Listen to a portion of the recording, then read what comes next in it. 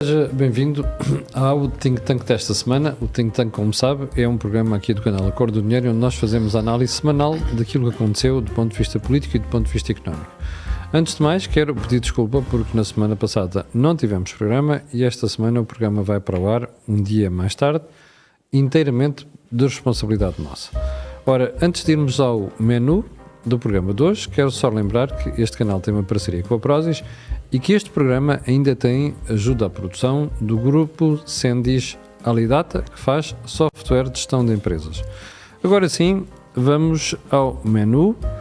O que é que temos para si hoje? Olha, vamos falar sobre um país entregue a um professor e a um aluno que trazem para a res pública toda a sua carga emocional histórica, esquecendo totalmente os seus papéis institucionais.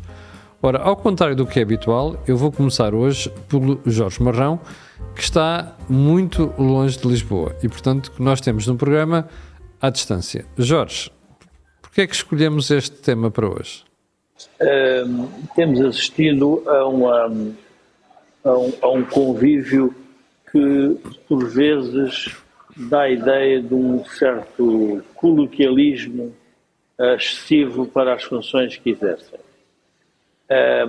Sei que é o estilo de um e de outro, e, portanto, esses estilos não se podem abandonar, mas a cada momento e em cerimónias relativamente importantes, históricas para o país, fazer-se desse tipo de comentários entre o professor e o aluno não parece que ajude muito àquilo que nós neste momento temos, que é uma certa crise institucional.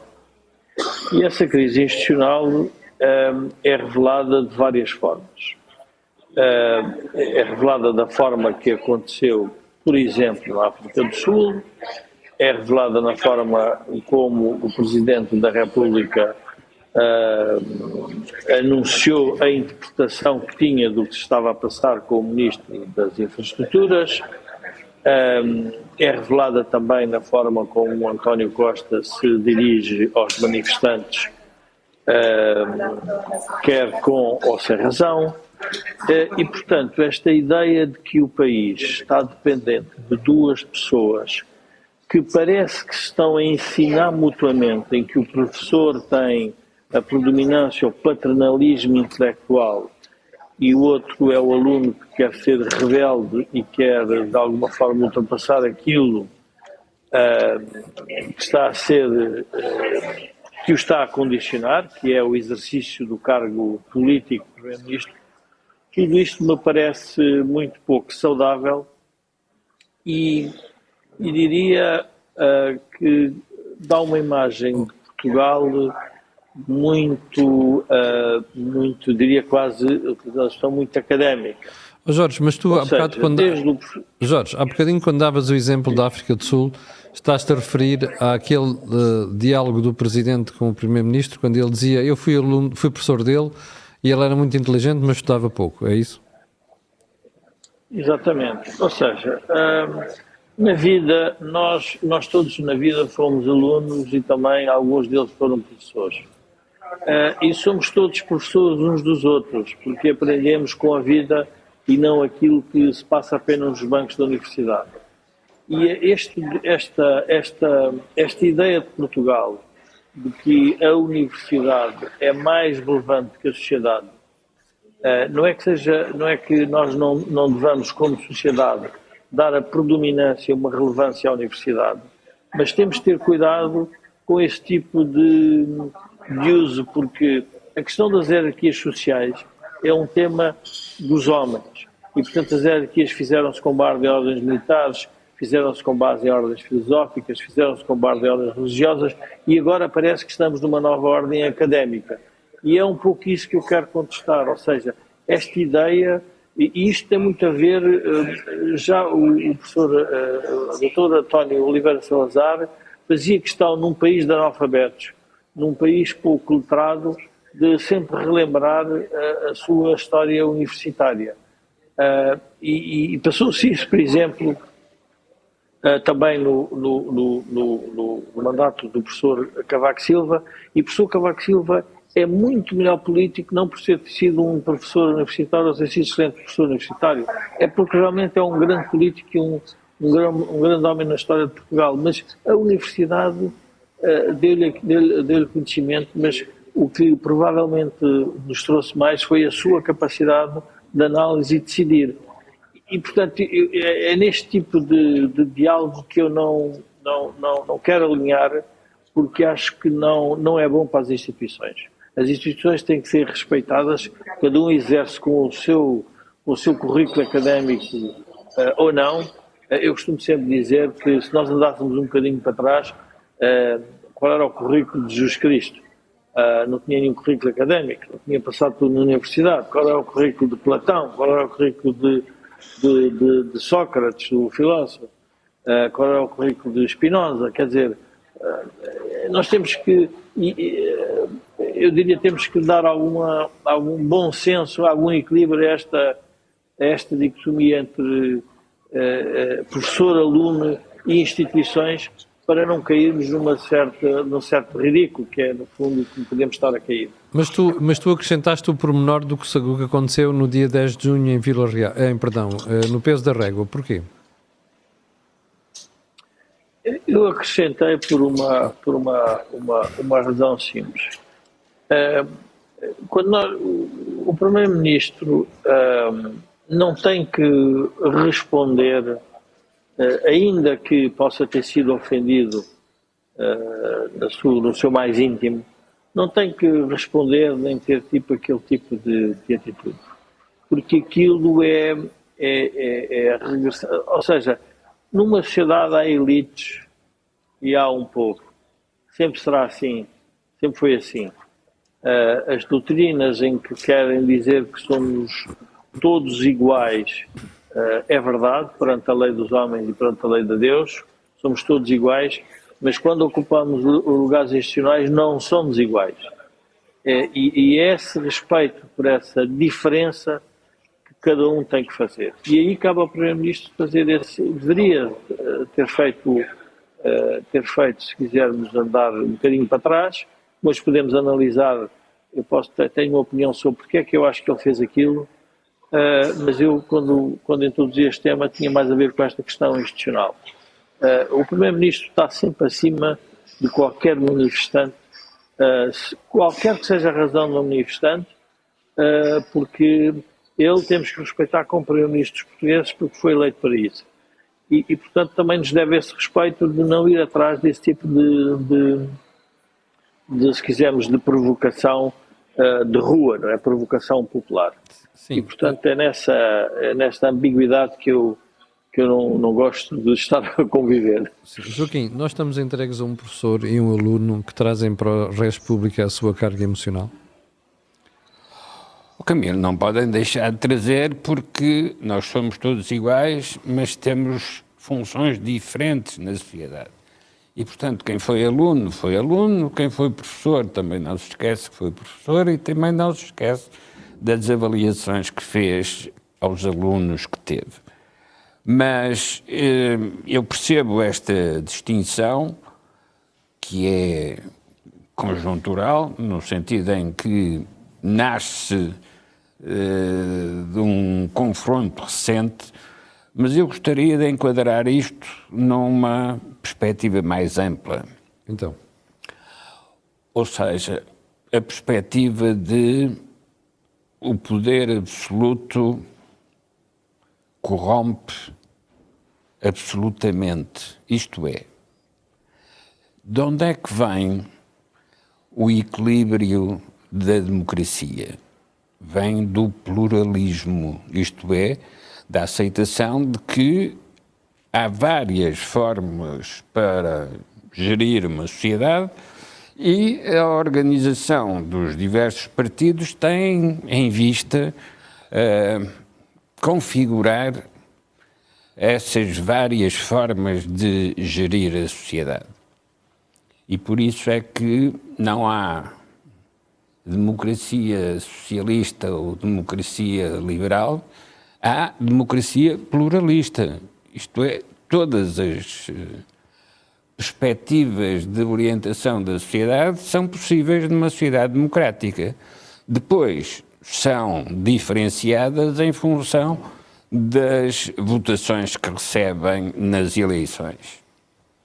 Mas não deixa de ser evidente que as democracias do sul da Europa são normalmente conflituais, enquanto que as democracias do norte da Europa são aquilo que se chama consociativas, isto é, são democracias que tendem para esbater o conflito e generalizar o modelo das coligações. Porquê é que isto agora vem a propósito da situação portuguesa? Justamente porque, tal como António Guterres já um dia sublinhou, o socialismo não pode ser jobs for the boys. Mas o problema é que, na doutrina socialista, há uma tendência muito forte para se dizer para os nossos tudo, para os adversários nada. E então, para quem é a lei? A lei é para os que não são adversários nem são amigos, isto é, aqueles que estão no meio. Esses é que têm que obedecer à lei. Os outros vão escapando ou para o conflito ou para a corrupção. E quando António Guterres referia que o socialismo não pode ser jobs for the boys, aquilo que estava, no fundo, a sugerir é que, mais importante do que o governo de quem teve mais votos, é o governo que organiza uma plataforma de poder pluralista. Joaquim, deixa-me interromper, porque o Joaquim diz assim, eu quero enquadrar isto numa perspectiva mais vasta, que é o poder corrompe, nomeadamente por causa da questão da maioria absoluta. Mas a verdade é que este tipo de posicionamento, este tipo de atitude, entre o Presidente da República e o Primeiro-Ministro, esta informalidade, esta excessiva familiaridade até, ou como dizia o Jorge, esta questão emocional enfiada nas questões da res pública, isto já vem dos primeiros dois governos, ou seja, onde não havia maioria absoluta. Sim, o problema não é o haver maioria absoluta.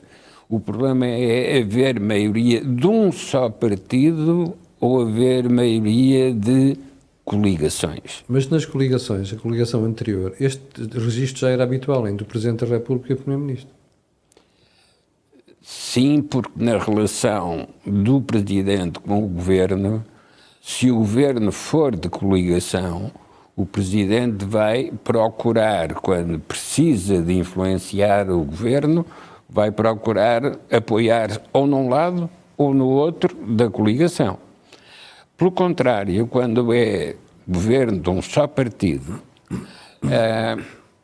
esse partido que está no governo, ou se quisermos, os membros desse partido que estão no governo estão defendidos e protegidos porque têm uma maioria absoluta. E, portanto, o Presidente o mais que pode fazer é dissolver o Parlamento, mas não consegue fazer desaparecer por decisão própria essa maioria absoluta e corre o risco dela se reproduzir nas eleições seguintes, pondo em risco, pondo em causa a própria validade da função presidencial, porque resolveu derrubar um governo quando ele tinha maioria absoluta.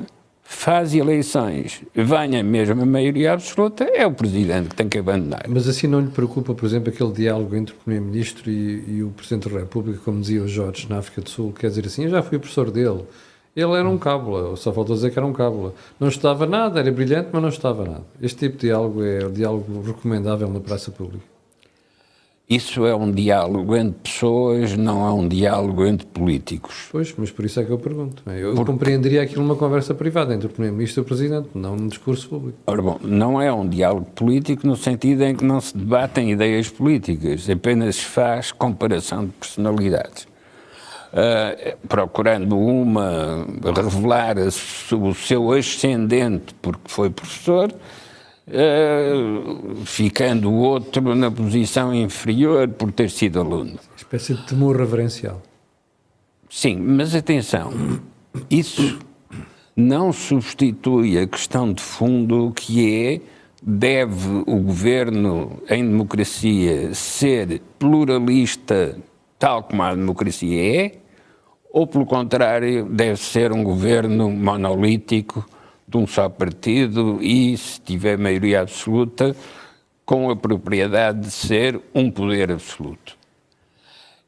A experiência portuguesa mostra que a coligação tem a vantagem da vigilância mútua e, portanto, de impedir a tendência para os jobs for the boys e para a corrupção na decisão política. Mas o problema é que nós não estamos em coligação neste momento, né? E temos que viver com isto. Mas justamente porque temos que viver com isto, temos também que perceber que para o Partido Socialista estar a governar com maioria absoluta é a maior ameaça a que podia ser sujeito. Muito bem. E agora deixa-me... Porque tudo o que não é feito é por responsabilidade de quem tem o poder absoluto. Sim, acabaram-se as desculpas nesse aspecto. Mas, Joaquim, voltando ao que se passou na semana passada. Além do episódio da África do Sul, tivemos aquele episódio no peso da régua, não é?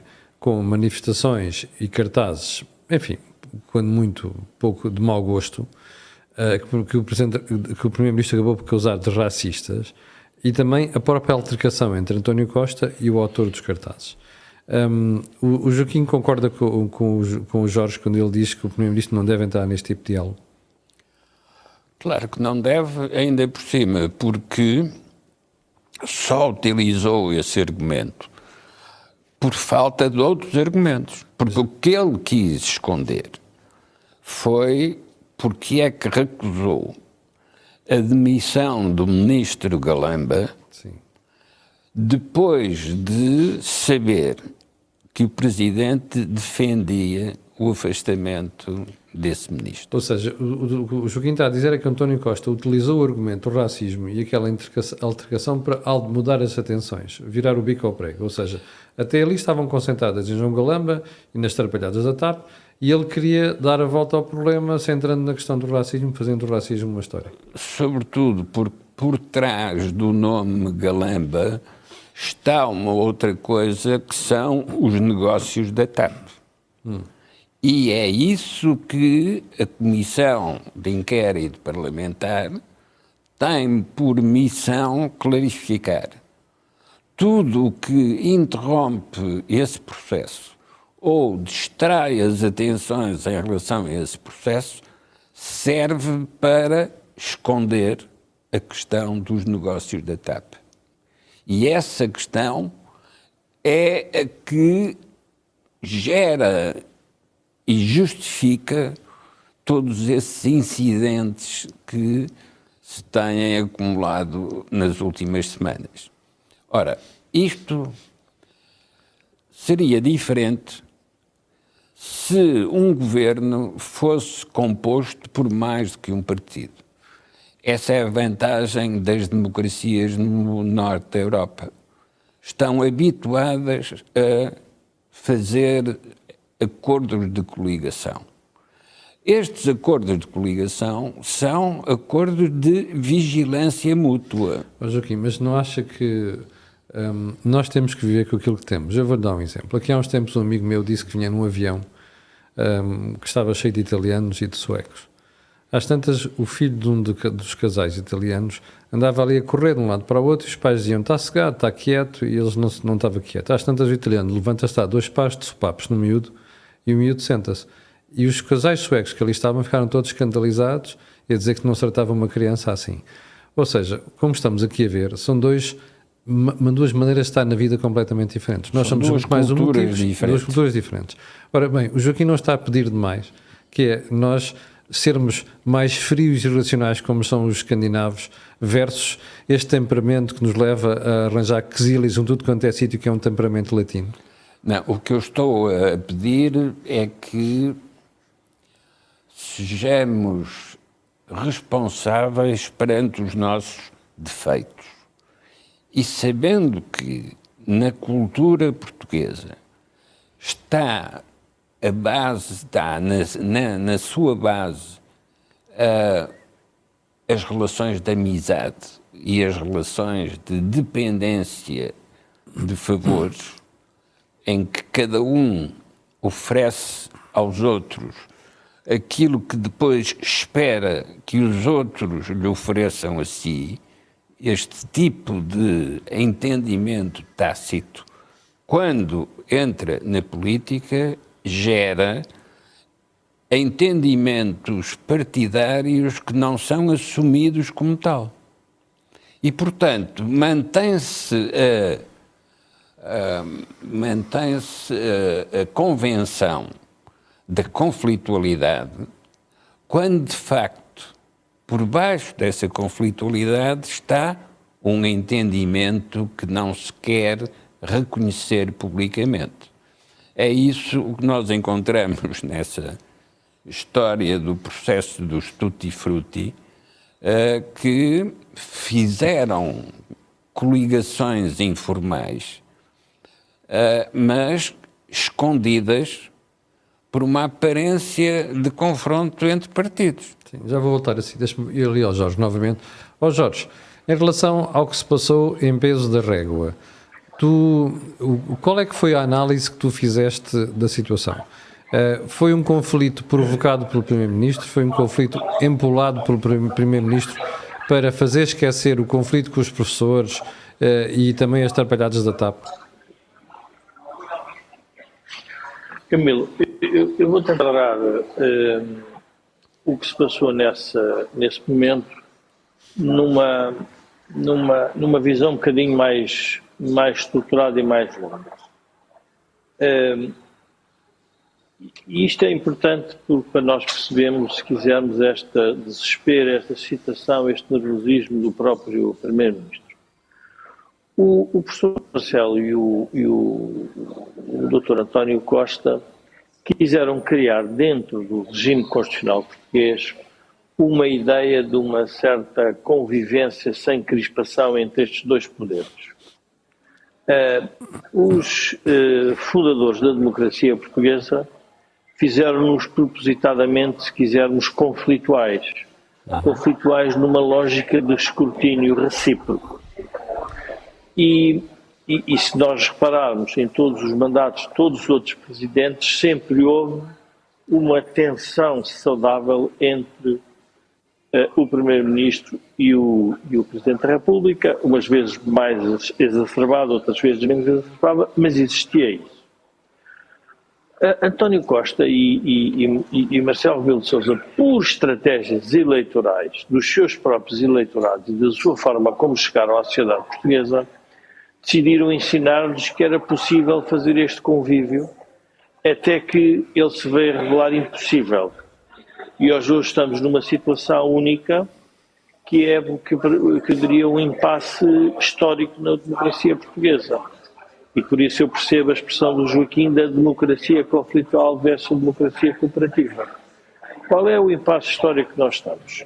Temos, de um lado, o governo que está no impasse governativo. A melhor maneira de explicar o impasse governativo é nós, há vários think tanks, não conseguimos sair do debate entre o professor Marcelo e António Costa. Nós já não falamos em políticas públicas de crescimento económico, de saúde, de educação, de habitação, de melhoria disto, daquilo, daquilo outro. Só conseguimos estar a discutir o que se passa entre o professor Marcelo e António Costa. É o impasse governativo, porque não tem políticas públicas. É um impasse na sucessão de António Costa, portanto o país está também suspenso e pendente disso. E por outro lado temos o impasse do Presidente, que também deu sinais de que está descontente de uma forma até no último discurso violenta, mas que também dá sinais de que provavelmente a oposição pode não estar suficientemente preparada. E, portanto, vivemos todos neste impasse institucional, com a degradação das relações das pessoas que estão à frente dessas instituições, o que torna isto tudo muito mais pesado. Mais pesado porque vêm estes pequenos reboques que aparecem na imprensa, como é que agora temos que fazer um oráculo sobre as interpretações do professor Marcelo e sobre as interpretações das palavras de António Costa e sobre as interpretações das palavras do professor Marcelo. Ora, isto não faz muito sentido, mas é isso que temos. Relativamente agora, o que é que se passou, o que é que isto tem a ver com o que se passou no 10 de julho? Tem a ver que quer um quer outro estão à procura de episódios, como eu poderia chamar os episódios da Marinha Grande. Se as pessoas se lembrarem na política portuguesa, o episódio da Marinha Grande é quando o Dr. Mário Soares é agredido e de repente há um levantamento popular sobre aquela agressão, porque ele tinha sido agredido por militantes comunistas. Nas eleições presidenciais de 86. Nas eleições presidenciais de 86. Sim. Portanto, é o momento Marinha Grande. O Dr. António Costa vai andar, o Joaquim tem razão, vai andar à procura destes novos momentos. Eu só queria relembrar sobre as questões do racismo de António Costa 2 ou 3 coisas. Nós dissemos sempre que o António Costa era o político habilidoso, ou foi dito que era o político dos mais habilidosos que nós tivemos na democracia portuguesa. Quando ele foi eleito, sabia ou não que havia focos de racismo em Portugal, ou achava que não havia. Portanto, isso nunca foi relevante para a sua vida política. E agora tornou-se relevante, como já tinha sido relevante com a Assunção Cristas. E, portanto, cada vez que isto faz parte de uma estratégia de vitimização, a pergunta é, mas é muito relevante a questão do professor ter escrito o que escreveu. Jorge, vou-te interromper por um bocadinho, porque tu deves ter perdido o noise cancelling nos AirPods. Passa publicidade.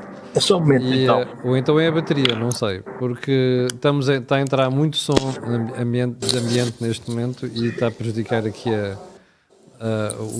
Sim, e agora? Pronto, agora está muito melhor. Desculpa lá, podes prosseguir.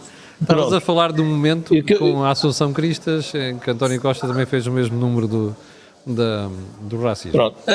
Há uma estratégia que é preciso encontrar uma vítima para termos um opressor. A pergunta ali, na relação entre o Primeiro-Ministro e os professores, quem é que são as vítimas e quem é que são os opressores? E isso é que é a parte relevante. O que é que estamos a falar? Estamos a falar sobre um episódio de natureza pessoal e em que roça a má educação, uma violência verbal por parte dos manifestantes, ou vamos discutir as questões na essência? E, portanto, nós, como estamos numa sociedade mediática, numa sociedade de ocultar a substância e a realidade, para, no fundo, cada um poder passar as suas mensagens para chegar ao poder, tudo isto eu tenho que ficar desconfiado. Tenho que ficar desconfiado sobre a autenticidade e, vamos lá ver, de quem fez isto. Quer de um lado, quer do outro. E, portanto, tudo isto faz parte de uma encenação ou é algo recorrente? E, portanto, não é agora que o Primeiro-Ministro, António Costa, vai descobrir que há uma parte dos portugueses que são racistas.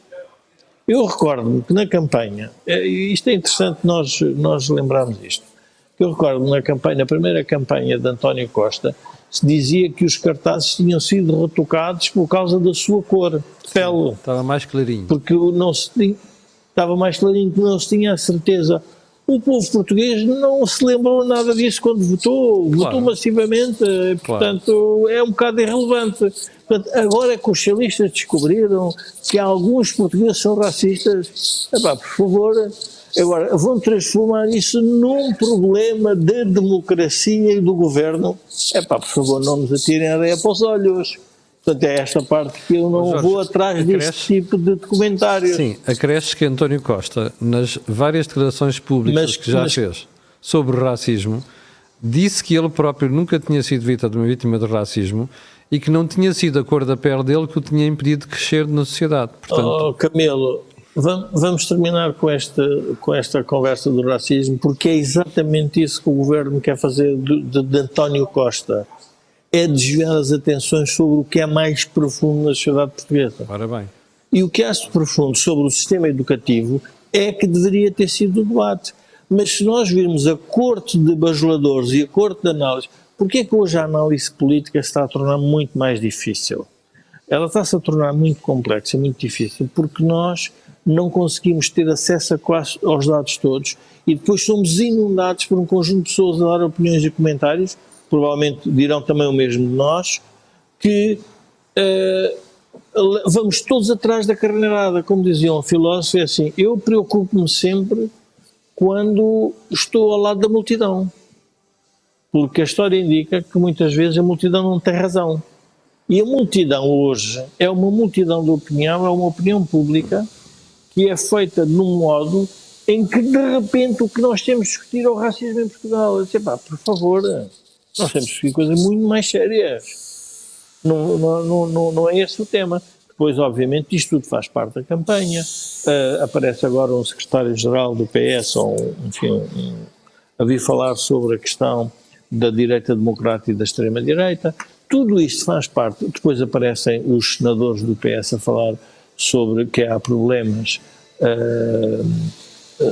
no governo, mas que também há outro tipo de soluções que deviam ser implementadas. Tudo o que é que se está a falar na conservação do poder. E aí o Joaquim tem que lhe dar a razão sobre o seguinte, que é, não é possível nós avançarmos sem haver uma espécie de democracia cooperativa. Mas a pergunta é quem é que destruiu e quem é que destrói dia a dia esta democracia cooperativa? E eu vou-me lembrar do racismo social do Dr. António Costa, quando disse que havia militantes de um partido que guinchavam.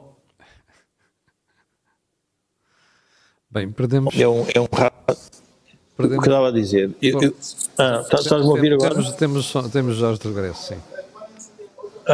O que eu estava a dizer é, eu queria relembrar sobre a questão do racismo social, por exemplo, de António Costa, quando falou na questão dos militantes que grunham e outros que guinchavam.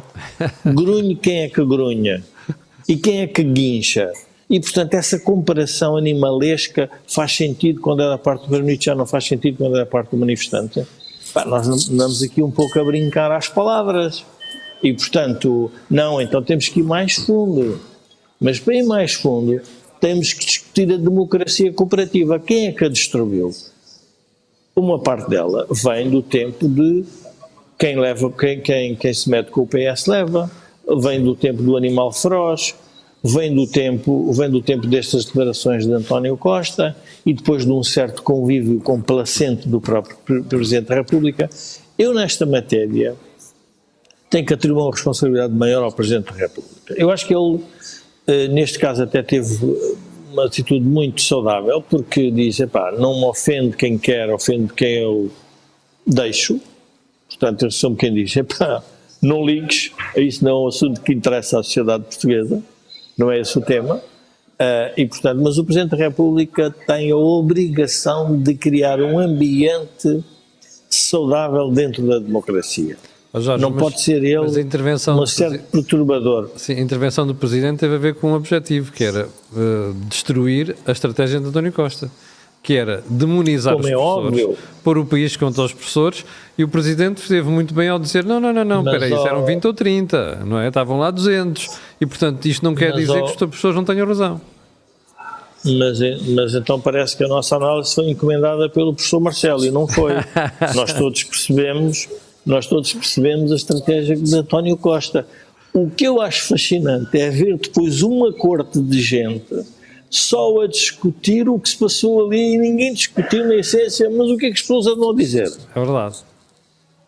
Vamos discutir o que é que as pessoas andam a dizer. Sim. E isso não se quer discutir. Agora, vamos à questão da democracia cooperativa versus a democracia conflituante. A democracia cooperativa é destruída porque os fundadores da democracia precisaram da cooperação para chegar a um acordo como é que o país ia evoluir para a democracia, porque essa foi a essência da Revolução de Abril. E, portanto, isso foi cumprido. Mas depois o convívio democrático foi sempre minado ao longo do tempo, por diversas ordens de razão. Uma delas é esta visão absolutista que o PS tem sobre o poder em democracia. Ou seja, nada se pode fazer em Portugal sem o PS, quer seja no governo, quer seja na oposição. Ora, tudo isto cria uma crispação do outro lado que depois dá aquilo que nós podemos chamar hoje que é a reversibilidade de tudo. Na Constituição Portuguesa havia a irreversibilidade das nacionalizações. Isso foi abandonado. E agora, neste momento, o que há? A reversibilidade de tudo o que os governos de direita possam fazer. Portanto, nós temos que, Portugal tem que pensar o que é que realmente está a fazer a si mesmo. E quando nós dizemos Portugal é todos em conjunto, não estou a dizer aqui os socialistas, os sociais-democratas, os democratas cristãos, os liberais, os mais nacionalistas, os mais extremistas. No final do dia, nós vamos ter que chegar a acordo sobre algum conjunto de matérias. Agora, mas para isso alguém tem que começar a dar passos um bocadinho para trás, quer dizer, não vou começar a agredir. E, portanto, essa é uma responsabilidade que o Presidente da República devia atribuir a todos os partidos, sem exceção. Porque todos eles fazem parte deste jogo. Deixa-me voltar aqui ao Joaquim. Estratégia de António Costa fazer sempre a vitimização em matéria de racismo, para desviar as atenções. É porque é técnica pessoal que ele tem utilizado para se manter à superfície da agitação política. Mas eu estava a ouvir o Jorge e estava a pensar no Nicolau Maquiavel, que dizia que as sociedades politicamente se dividem entre os grandes e os pequenos. Isto é, são iguais em direitos, mas são diferentes em tamanhos. E é aí que todos os partidos são iguais em direitos, mas são diferentes em tamanhos de quê? Em tamanhos de apoio na sociedade e responsabilidade perante a necessidade de ajudar aqueles que os apoiam.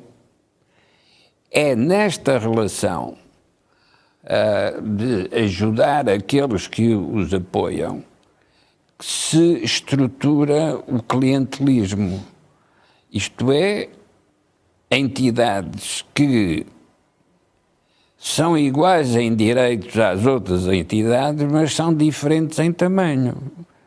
E o político é sensível ao tamanho mais do que aos direitos, porque considera que os direitos já estão definidos nas Constituições e nos sistemas judiciais e, portanto, a única coisa que eles têm que fazer é responder às diferenças de tamanhos. E por isso é que se apresentam como defensores da igualdade. Mas é a igualdade nas situações sociais, mas não nos tamanhos. E, portanto, a diferença de tamanhos continua a existir. O que significa que continua a existir aquela relação quase feudal entre os nossos e os outros, em que para os nossos é tudo, para os outros é nada. Esta divisão da sociedade é pior do que a divisão por tamanhos, porque passa a ser uma divisão entre clientelas e entre subordinações da decisão política aos interesses sociais dos grandes. O Partido Socialista sempre se definiu como protetor das liberdades, mas também sempre se definiu como privilegiar os nossos e menorizar os adversários. Hoje, o que se verifica, vamos ver se confirma ou não, com a Comissão Parlamentar de Inquérito para a questão da TAP, Hoje o que se verifica é que o Partido Socialista precisa de ter ao seu lado quem o ajude a não violar as regras do funcionamento da democracia. Isto é, para quem o ajude a não se deixar cair em tentação por ter uma maioria absoluta. E isso significa que é melhor para o PS aceitar fazer coligação com outros partidos, à direita ou à esquerda, do que o governar sozinho, mesmo com maioria absoluta, porque neste último caso, tudo o que não fizer volta-se contra ele. E é neste momento a situação em que está o Partido Socialista, como já antes esteve o Partido Democrático de Afonso Costa, que também foi derrubado e mudado o regime, justamente porque não governava e não deixava governar. Correspondendo a uma tradição da cultura portuguesa, que já os romanos diziam, é um povo que não se governa nem se deixa governar. Joaquim, então, mas qual é a solução? Repare, isto só pode mudar por decisão do povo. Ora, há pouco mais de um ano, o povo elegeu António Costa e com a sua maioria absoluta. De todas as encenações que vão aparecendo nos últimos meses, há uma que ressalta à vista de todos, que é o Presidente vai, mais dia ou menos dia, dissolver a Assembleia ou demitir o Governo. Uma das duas ou os dois. Agora aqui a questão é esta, é como se viu e como continua a acontecer, parece que o Presidente continua a ter dúvidas sobre qual é a solução alternativa ao Governo. Moral da história, isto vai perdurar. Não é só moral da história. Essência da Constituição. Há o poder do Governo e há o poder do Presidente. Sim. São eleitos em eleições diferentes, separadas. Não há influência direta de uma eleição sobre a outra. Sim. Mas, quando no exercício de funções e antes de serem novamente submetidos a exame pelo modo como exerceram as suas funções, quer Presidente, quer Primeiro-Ministro, têm de mostrar qual é a ideia que têm para Portugal. E com isso têm de mostrar o que são os seus programas políticos. E faz parte das regras constitucionais em Portugal que esses dois poderes se vigiam mutuamente. Ou cooperam ou conflituam. Mas o pluralismo da democracia é a coexistência dos poderes institucionais. Mas, entretanto, vamos tendo que aguentar estas coisas, não é? Porque o Governo tem maioria. Mas faz parte das regras também para o eleitorado perceber que as coisas são assim, isto é, que é preciso levar as instituições a terem formas de cooperação que sejam eficazes, revelando o que é que acontece quando a cooperação é substituída pelo conflito. Isso leva-me à maior divergência que eu tenho consigo, Joaquim, há 5 anos que existe o think tank, que é o Joaquim acha que o eleitorado tem sempre razão, eu acho que o eleitorado não tem sempre razão. E a prova disso é que o eleitorado português parece que não aprende. Não, o eleitorado tem sempre razão, podem não saber a razão que tem. Porque não há realidade fora dos números eleitorais. E, portanto, temos que ajustar a realidade àquilo que são os números eleitorais.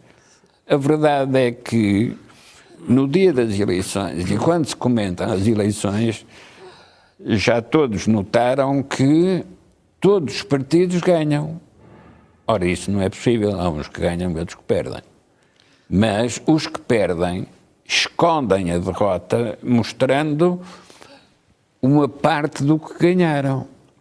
Ora, é este tipo de habilidade que a política tem de corrigir para que os que são eleitos possam realmente governar e não ficar presos das dependências de clientelas que têm de servir.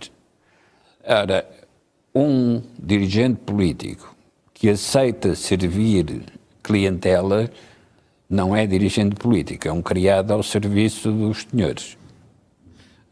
Jorge, desculpa, assumindo que já estás aí com boas condições de transmissão, entretanto o Joaquim diz que nós temos que aprender a viver com esta conflitualidade. O problema é que neste momento não existe conflitualidade porque o Governo tem maioria absoluta, vai continuar a ter, a menos que haja eleições, e nós estamos entregues a isto. Ou seja, não se vê forma de mudar as coisas. Primeiro que o Presidente da República deu demasiada confiança ao Governo durante demasiado tempo, e isso deu aso ao António Costa para fazer o que está a fazer, e por outro lado, porque parece claramente que o Presidente da República tem medo de convocar eleições antecipadas, porque tem receio que à direita não haja uma maioria e que depois ele acabe por pôr o Chega no poder. Em que é que ficamos? Camilo, cada vez que me falam em mudança, lembro sempre das palavras de Oliveira Salazar, que dizia que a natureza humana muda muito pouco e os portugueses quase nada. Portanto, isso faz parte da nossa maneira de olhar para a vida. Eu estava a ouvir sobre a questão da democracia, o que é que nós podemos fazer. Primeiro, a democracia não se interrompe pelo facto de haver eleições e haver um partido com a maioria absoluta. E o melhor exemplo disto é o que se está a passar hoje. O Partido Socialista com a maioria absoluta está muito mais fragilizado do ponto de vista da opinião pública e do ponto de vista da satisfação geral do que estava quando estava coligado e não tinha a maioria. E, portanto, isso prova a virtude da democracia, que é a liberdade de nós criticarmos aquilo que para nós, até portugueses, lhe demos temporariamente a maioria absoluta. Isso é que é a realidade da democracia, é que o Partido Socialista é temporariamente absoluto. E, portanto, vai perder esse absolutismo. E é onde é que se perde? Perde as eleições. Agora, vamos à questão de porque é que os eleitorados não mudam tão rapidamente. Os eleitorados não mudam tão rapidamente porque se cria um conjunto de dependências. Eu gostava de voltar ao tema das clientelas que o Joaquim referiu, para nós percebermos a comissão de inquérito da própria TAP. Porquê que os portugueses são muito exigentes na crítica sobre a probabilidade, a integridade dos políticos? Querem que eles ganhem um pouco, que sejam as setas, que não vivam com ninguém, que não convivam com ninguém, não tenham família, não tenham redes de interesse.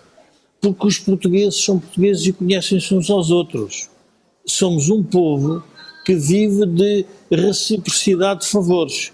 E, portanto, a última coisa que querem ter no poder a arbitrar é alguém que esteja a arbitrar favores a favor dos seus amigos. E, portanto, por isso somos muito mais exigentes. Enquanto os povos do Norte são democracias em que, pela sua natureza de não ter uma rede, se quisermos, de clientelas a funcionar da mesma forma, formam-se redes de forma diferente, a transparência para eles é uma coisa natural. Não é verdade nas sociedades, se quisermos, do Sul. E esta conflitualidade, e um pouco o Joaquim referiu, deu um exemplo muito bom, que é, eles até fingem que estão em desacordo, mas os portugueses sabem que lá no fundo eles até falam um com o outro. E, portanto, é nisto que nós estamos. Ora, o que é que nós estamos a assistir neste momento? O que estamos a assistir é que nós temos que cada um estar no seu papel institucional. Por isso é que eu não gosto da relação professor-aluno, porque é uma cumplicidade que se fez no banco da universidade em que eu, como português, não tenho nada a ver com isso. E, portanto, por isso é que nós não gostamos disto. Porquê? Porque não tem nada a ver com isso. Conheceram-se na universidade. E depois, o que é que isso te revela para a função que exerce? Não deveria revelar nada, mas parece que revela. Ora, isto é a demonstração do portuguesismo do Presidente da República, de António Costa. Que não é mau nem bom, é o que é. Pronto, então, se nós sabemos como somos, então vamos encontrar a solução. E qual é a solução? A solução está dentro dos partidos na democracia. que têm que ir encontrando lideranças diferentes que percebam que para fazer a mudança no país há critérios que têm que ser cumpridos. Vejamos, por exemplo, o caso do professor Cavaco Silva. O professor Cavaco Silva é o melhor exemplo para a democracia portuguesa. Era uma pessoa que não tinha rede, era uma pessoa distante, fez o que tinha a fazer, foi contra um conjunto de interesses. Nunca as elites gostaram dele, nunca a opinião pública gostou dele, mas o povo percebeu. Eu dei-lhe maioria absoluta até que caiu quando a sua rede, que estava próxima de ministros, se envolveu noutras redes. E o povo não se esqueceu disso. O caso de José Sócrates é o oposto de tudo isto. E por isso as trapalhadas que nós assistimos na Comissão de Inquérito só revelam a maneira de funcionamento da sociedade portuguesa e da sociedade política. E por isso é que o Partido Socialista está a ficar nervoso, porque está a vir ao de cima de como é que isto afinal funciona depois na prática. E é isso que os portugueses não estão a gostar de assistir. Já que vão dizer, mas há sondagens, mas calma. Mas as sondagens, como nessa matéria, eu sou também desconfiado, porque como nós somos portugueses, sabemos o que é que são os fretes e os favores. Tudo isto, não são todas iguais, mas começamos todos a desconfiar, porque as sondagens nunca acertam depois no resultado final. Também não sei se são para acertar no resultado final, mas devem ser para dar uma percepção de que as coisas estão a ficar diferentes. E isso nós sentimos falando com as pessoas. Portanto, eu julgo que há aqui uma lição que nós temos tirado destes últimos momentos, que não vale a pena ter o poder absoluto para governar miseravelmente um país. O resultado prático é este. Nós Jorge, estamos a assistir, em que nós... Tu dizias há bocadinho que o PS está a ficar nervoso, e de facto é verdade. Agora, o problema é como é que tu explicas à generalidade da população portuguesa, ou seja, dos eleitores, que isso está a acontecer e, sobretudo, e o mais importante, porque é que está a acontecer. Porque eu estou convencido que quando a maioria dos portugueses perceber porque é que o PS está nervoso, o PS não só perde as eleições, como perde por maioria absoluta. Porque, porque os portugueses vão ao teatro. E, portanto, vão ao teatro, o que é que eu quero dizer? Vão ao teatro, todos os dias veem na televisão e veem aquele teatro. E já perceberam que há ali teatro. E, portanto, eles começam a ler as coisas de forma desconfiada. Já não chega, ok, estas coisas... Eu estou agora em Berlim e tive aqui a olhar um bocadinho para a história de Berlim e para perceber um bocadinho o que se passa aqui. O muro foram 28 anos. Nós temos muros que são criados, muros de narrativas, muros de ideias sobre a sociedade, mas que há um momento em que eles se partem porque as pessoas já não querem o muro e não querem ver aquele teatro. E, portanto, será 28 anos. No caso do nosso regime anterior de Salazar foram 48. Na democracia portuguesa agora são 50 anos. São 50 anos em que nós já não queremos este teatro de os partidos terem o poder, carregarem os portugueses de impostos, decidirem sobretudo no Parlamento. No outro dia alguém dizia que o Parlamento está de tal forma divorciado que faz legislação que as pessoas já sabem em geral que não vai ser cumprida. Sim. Porquê? Porque já sabem que aquilo é para o teatro de que se está a governar, para o progresso, para a modernidade, é bom para os debates nas televisões, mas depois na prática as pessoas sabem que aquilo não funciona. São as tais leis cartaz. Portanto, são as leis cartaz. São o espetáculo, ou seja, por mais desenhos que faça um professor e que ofendam um primeiro-ministro, nós temos que reconhecer que há um problema muito sério no sistema educativo. É melhor assumirmos isso. E toda a gente já percebeu que quando Jerónimo de Sousa sai de secretário-geral do PC para romper com a coligação, ele sabia que tinha que romper com a coligação, o resultado prático este era um crescendo num conjunto de sindicatos que não estavam de acordo com aquilo que o Partido Socialista estava a fazer, mas fizeram os dois do teatro. Este teatro agora está a penalizar os dois, que é o PC não cresce e o PS também pode vir a perder a maioria absoluta. Portanto, por isso é a virtude da democracia, ó Camilo. A virtude da democracia é que nós não precisamos de andar numa batalha campal, nem ter armas, para nos livrarmos de quem nos está a oprimir e quem nos está a governá-la. É só uma questão de tempo. Bom, deixa-me ir aqui ao Joaquim para finalizarmos o programa. Joaquim, temos 3 minutos. Nós temos aqui uma situação de impasse, não é? Que temos uma maioria absoluta, está a governar mal, fazem-se leis cartazes, fazem-se coisas para não cumprir, temos o Primeiro-Ministro que faz teatro todos os dias para esconder os problemas que ele próprio criou, falta de reformas, medidas erradas, atrapalhadas na gestão de uma empresa como a TAP. Joaquim, só falta fazer uma pergunta. Porquê é que o Presidente da República não dissolve o Parlamento e não convoca eleições antecipadas, perante tudo isto que está a acontecer? Porque corre o risco de ficar exatamente na mesma. Ou seja, o Presidente da República tem de provocar a separação das águas para que se possa passar de um lado para o outro. Mas este não faz nada. Este não faz nada disso. O problema com este é que, tendo tido experiência pessoal do fim de um regime, tem agora que enfrentar a nova experiência pessoal da possibilidade do fim do outro regime. Isto é, tudo aquilo que faz não pode ignorar aquilo que foi a sua experiência anterior e não quer repetir os erros que foram cometidos. Mas, como não tem oferta partidária suficientemente forte para que surja uma alternativa, aquilo a que assistimos é a eterna repetição do mesmo. E, tal como Cavaco Silva, com maioria absoluta, acabou por cair, também António Costa, com maioria absoluta, vai a caminho de cair.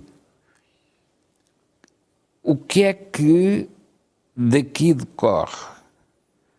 A necessidade de corrigir o modo como se exerce o poder quando se está em maioria absoluta. Ora, das experiências anteriores, a maioria absoluta é destruída justamente por aquilo que o António Guterres chamava os jobs for the boys. Justamente por aquilo que é o uso do poder para objetivos particulares, clientelares. Do próprio partido, sim. E isso significa sempre, nem a economia cresce, nem a política se reforma. Repete sempre a mesma coisa. Bom, chegamos ao final do programa de hoje. Eu quero reiterar o pedido de desculpas por não termos tido programa na semana passada. Quero também pedir desculpa por não termos ido para o ar ontem. Mas olha, a vida é o que é. Para o final, quero só recordar que este programa e este canal têm uma parceria com a Prozis e que este programa em concreto ainda tem ajuda à produção do grupo Sendisel e Data. Já sabe que o Think Tank é às terças-feiras. Na próxima semana voltaremos exatamente à mesma hora, 17h30. Para o final fica aquele pedido sempre. Olha, coloque aí um gosto, subscreva o canal e faça partilha nas redes sociais, porque você sabe porquê. Aquilo que houve aqui não houve em mais sítio nenhum. Muito obrigado, tenham uma grande semana. Com licença.